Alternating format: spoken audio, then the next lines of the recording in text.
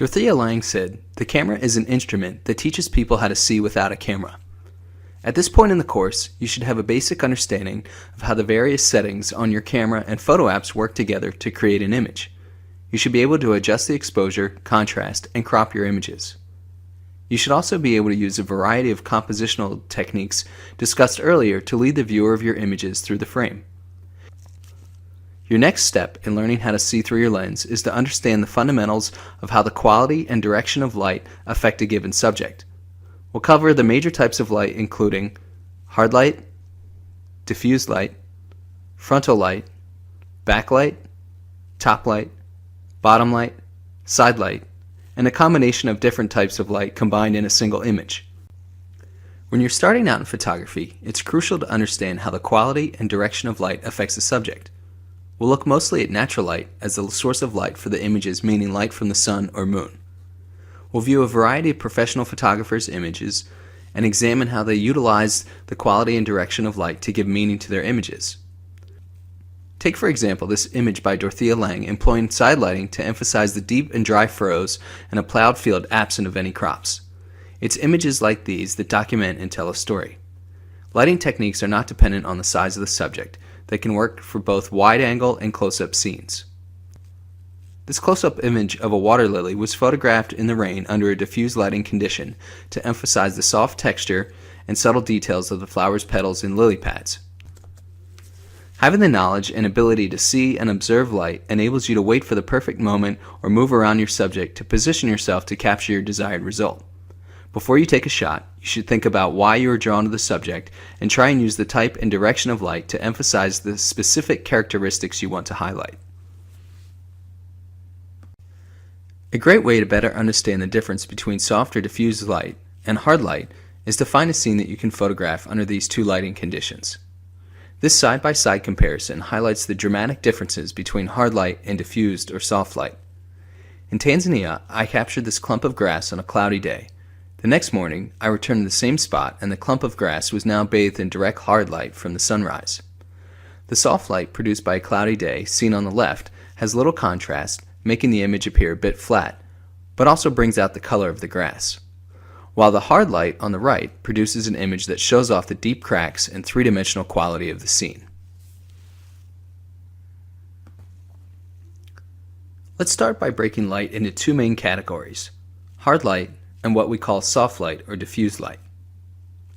You can see and photograph hard light on a bright sunny day. Hard light helps to give a subject shape and form and can exaggerate the texture of a subject by casting dark shadows. Dark shadows and bright highlights appear as a result of a single direct light source being shed on the subject. This image, by social documentary photographer Eugene Richards from his book titled The Fat Baby, uses hard light to emphasize the rib cage and small hand reaching out from a child with AIDS taken in Niger in 1997. The hard light casts shadows and creates bright highlights to create a dramatic effect grabbing the attention of the viewer. In a different approach, Richard uses the opposite of hard light called soft or diffuse light. He captured and emphasized the loving moment of a mother helping her son who lost 40% of his brain when a grenade exploded while he was on patrol in Iraq. Click the link to view a video and more of Richard's work from his book titled War is Personal. We can see soft or diffuse light on a cloudy, rainy, or snowy day, and also when a subject is in total shade. When viewing an image taken under diffuse lighting conditions, the viewer often has trouble knowing where the direction of light source is coming from. Clouds act as a giant natural diffuser and can reduce or even eliminate shadows altogether, as seen in Sebastião Salgado's image photographed in Antarctica. The diffuse light showcases the delicate angles and texture in the white ice and large tonal range of the various shades of gray seen in the clouds. The soft light used in Sam Taylor Wood's series titled Suspended captures the subtle intricacies of self-conflict as her body seems to defy gravity. Clint Eastwood's face shows a lifetime of experience. Martin Scholler selected a soft light source to capture the intensity of Clint Eastwood's gaze and character by showing the viewer the fine creases and lines in his face. When you're viewing a subject to photograph, ask yourself, why are you drawn to that particular scene? What are the main qualities your subject possesses? When you figure this out, you'll be able to decide what the best type of light to capture and emphasize those qualities is.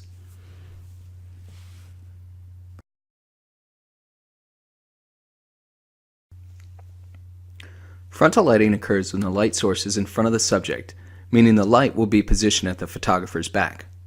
Frontal lighting exaggerates the color of a subject and reduces or eliminates the texture, shape, and form. Look how the frontal lighting flattens the low-lying features in this landscape taken by Jack Dakinga, but also highlights the rich orange color contrasted by the blue sky.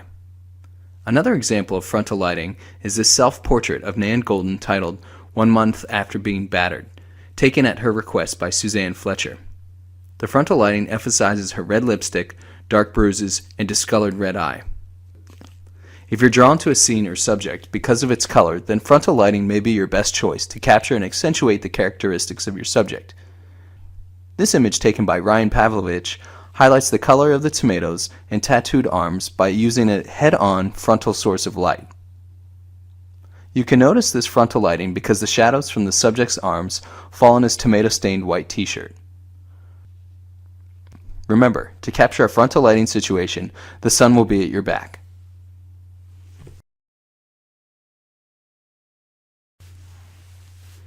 Backlighting is the exact opposite of frontal lighting and is easily found right before sunset or right after sunrise. Backlighting occurs when the source of light is directly behind the subject you're shooting. There are several main effects that may occur when backlighting is used as a source of light for your image. The subject may be silhouetted like these canoe paddlers in Sebastião Salgado's image from his Genesis project. Subjects like this leaf may appear translucent, depending on their physical makeup. And you may see an overexposed rim of light around a subject's edge, like the young girl holding red balloons in this image by Ali Jardine. Some images may even contain several of these different characteristics for an even more dramatic effect. This image taken by Versailles in 1933 of a prostitute from the series Paris by Night shows both a silhouetted subject and a rim light. When you're shooting a backlit situation, be aware of the potential for lens flare that can either add to or take away from your image. Lens flare occurs when light is directly hitting the glass of your camera's lens and can be reduced or even eliminated by using a lens hood or shielding your camera's lens with your hand.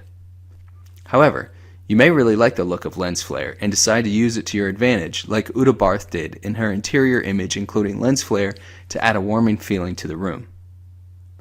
When photographing a backlit scene, it's also important to capture the exposure you want, and this may require you to do some post-processing to bring out a bit of shadow detail.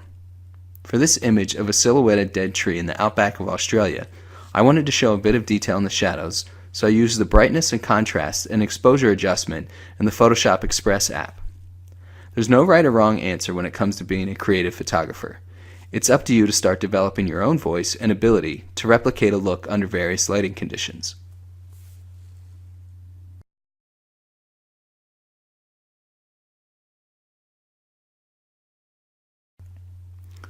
Top lighting occurs during the time of day when the sun is at its highest peak, around 11 to 2. Top lighting is typically not considered a photographer's ideal light because there is often too much contrast, meaning shadows are very dark and highlights are very bright. Top lighting will cast a visible shadow directly under a subject and can be seen in Anna Gaskell's theatrical photographs like this one from her Wonder and Override series. The intense hard top light creates an ominous mood and can be used to your advantage. If you take your time and look around, you can often find the right perspective to make top lighting work for you. Gabriel Orozco uses a reflection and top lighting in his image titled Ball on Water, photographed in 1994. Even though the lighting was harsh, the reflection of the white clouds helps to soften the scene. A little trick when using top lighting is if you want a deep blue sky like this one taken by Jack Dakinga, make sure to point your camera toward the northern side of the sky. Bottom lighting is the opposite of top lighting, coming from below the subject and is rarely seen in the natural world. This image of Natural Bridge's National Monument, photographed by Jim Richardson, is an example of a light source coming from below the subject. This image is part of a documentary project titled Light Pollution, Our Vanishing Night, published by National Geographic. Bottom lighting can also be used as a way to disorient the viewer, as seen in another one of Anna Gaskell's theatrical photographs. At first glance, the viewer can be disturbed, but not realize why. It's the unnatural bottom lighting that creates an uneasy feeling. Side lighting is one of my personal favorite lighting conditions to photograph, and occurs when the light source is coming from either the right side or left side of the subject.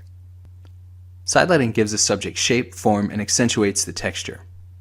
I capitalized on a side lighting situation on the Serengeti Plains in Tanzania as the sun was setting and a herd of elephants was facing my lens.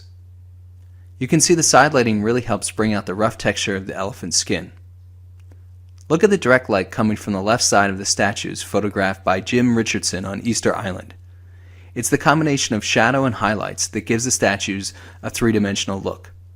The lower the sun is in the sky, the longer the shadows will be stretched out, and the more three-dimensional your subject will appear.